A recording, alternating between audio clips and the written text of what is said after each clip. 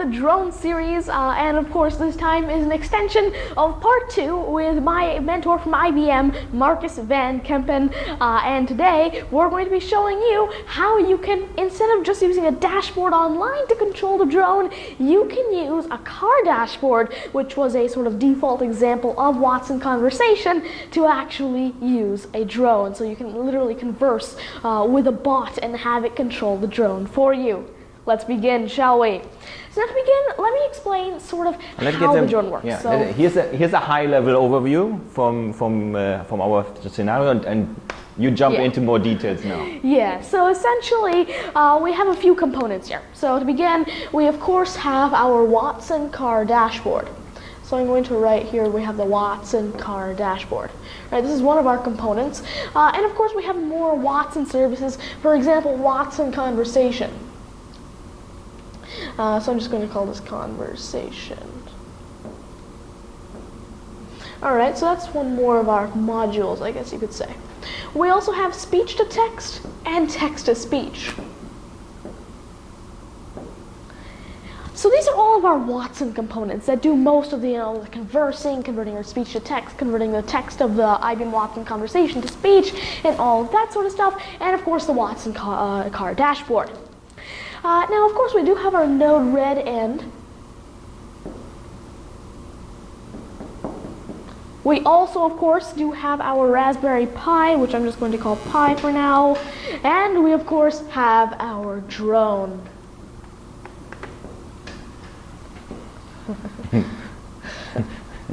All right, so this is our drone. So now, essentially, how does this work? What we're going to do is, let's say you talk to the Watson car dashboard. What's going to happen is it's going to send an MQTT message to Node-RED. So this is via MQTT. All right. Now, essentially, just in case you were wondering what we do in order to get back to Watson, the Watson car dashboard, we actually send a message through WebSockets. So I guess you could say we're sort of cheating there, but it works. All right, it's much simpler than sending an MQTT message back to Watson car dashboard. So now, essentially what happens is Watson car dashboard is able to then communicate with a few things. First of all, Watson conversation, it's able to communicate with speech to text, and of course it's able to communicate with text to speech, and they're all able to communicate back via HTTP.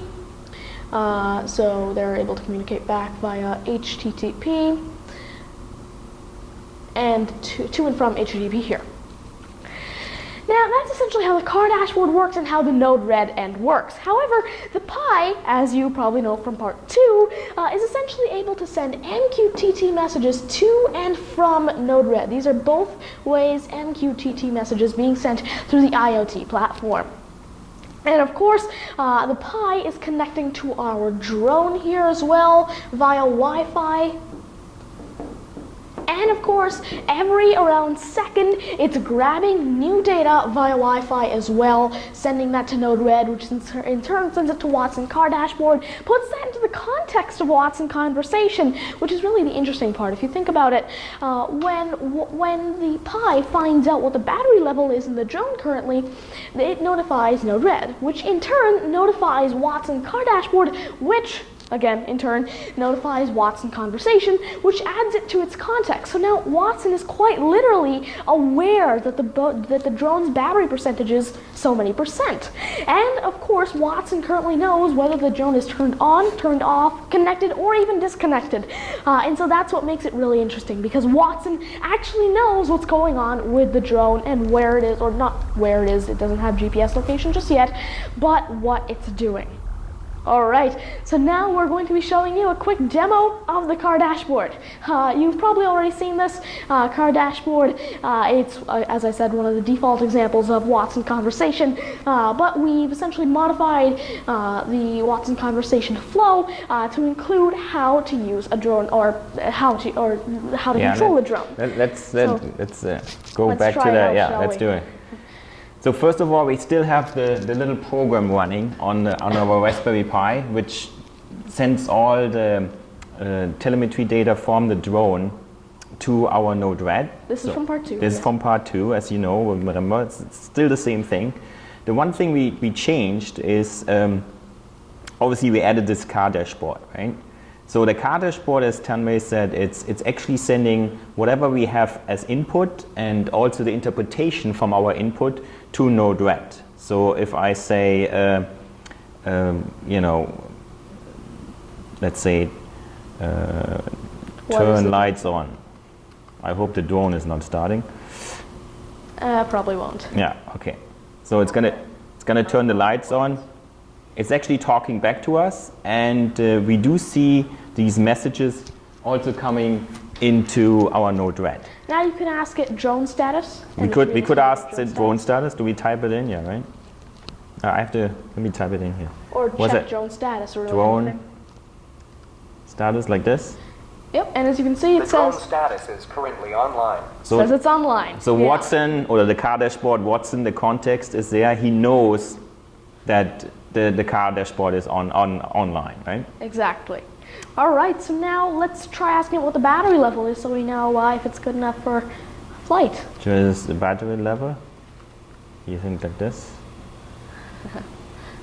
That question is out of scope for this application. Not battery level, battery level. Enhanced application Quick typo. to handle the battery remaining in the drone is 64%. As you can see, it is contextually aware of what's currently going on with the drone, which, as I said, makes this really interesting. Yeah. So now, let's say we wanted to take off the drone. What's going to happen is we're going to be able to talk to Watson car dashboard in that case. That'll send the request to Watson conversation, which will do its sort of processing and come back with a response, which will go back to Node-RED via MQTT, via MQTT. And so essentially, Node-RED will then be able to do its processing, send that to the Pi via MQTT, and then finally it'll be able to send a request to the drone via Wi-Fi to do something. So yeah, let them show real quick. Like, you know, we did create these intents, right? Yes. In the conversation workbench, as well. We created a new entity and we added a appliance. We added the drone as an appliance to the car dashboard. Yes. And then you created this dialogue for, where was it? Status or battery? Battery? Yeah, battery, for example. So battery, and here you can see that we used some of the content or the context which we shot back via WebSockets to the car dashboard, right? Yes. So let's try, do you want to try flying this thing now? Sure, why not? Okay. So if you go to the Watson car dashboard, and if we can look at the drone as well for a second, like zoom out so we can see the TV of the drone, if possible. Okay, you type it in. All right, sure. So now let's say we wanted to tell the drone to take off. We'd say take off, for example. Pretty straightforward. As you can see, the drone takes off. All right, so as you can see, the drone is taken off, and now let's say we wanted to rotate counterclockwise, or rotate clockwise, actually. I'm not sure. Oh, sorry. Say things like turn on my lights or play. All right, so as you can see, I'm going to tell it to rotate clockwise. Go do it, man. All right. Okay. Rotates clockwise, and if I tell Do it... one more other way. All right, now if I tell it to rotate counterclockwise, it rotates counterclockwise for a second. Ah, super. And if I land, then it will land the drone. Ah, excellent. Exactly. Our demos never usually go that smoothly, but yeah, it did this time. That was fun. So again, the flow, I mean, you can see this here. We orchestrate this here in Node-RED. So we get the messages from the from the car dashboard.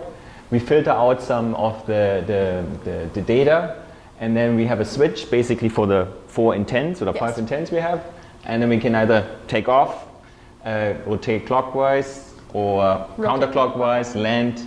We also experiment tweeting a picture and so forth, and that's where we are. And here on the bottom, we shoot back the context about the drone itself to the car dashboard. Okay. exactly. That's it. So that was it for part 3 of the Dome series, and much more is coming up quite soon.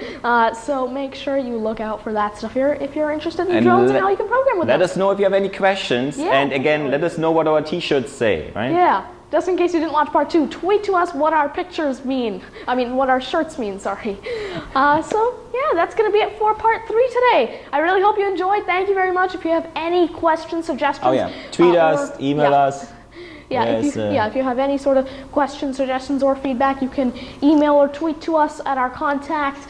And of course, if this video helped you out, you might even want to consider liking the video. And if you think it helped someone else, maybe even share the video. Perfect. That's going to be it for this tutorial. Thank you very much. And again, if you really like my content and Marcus' content, and you want to see more of them, well, please consider subscribing to his channel and my channel. Or they will come to the world of Watson, actually. Yeah, exactly. Marcus has a few sessions there. Okay, ciao. All right, thank you. Goodbye.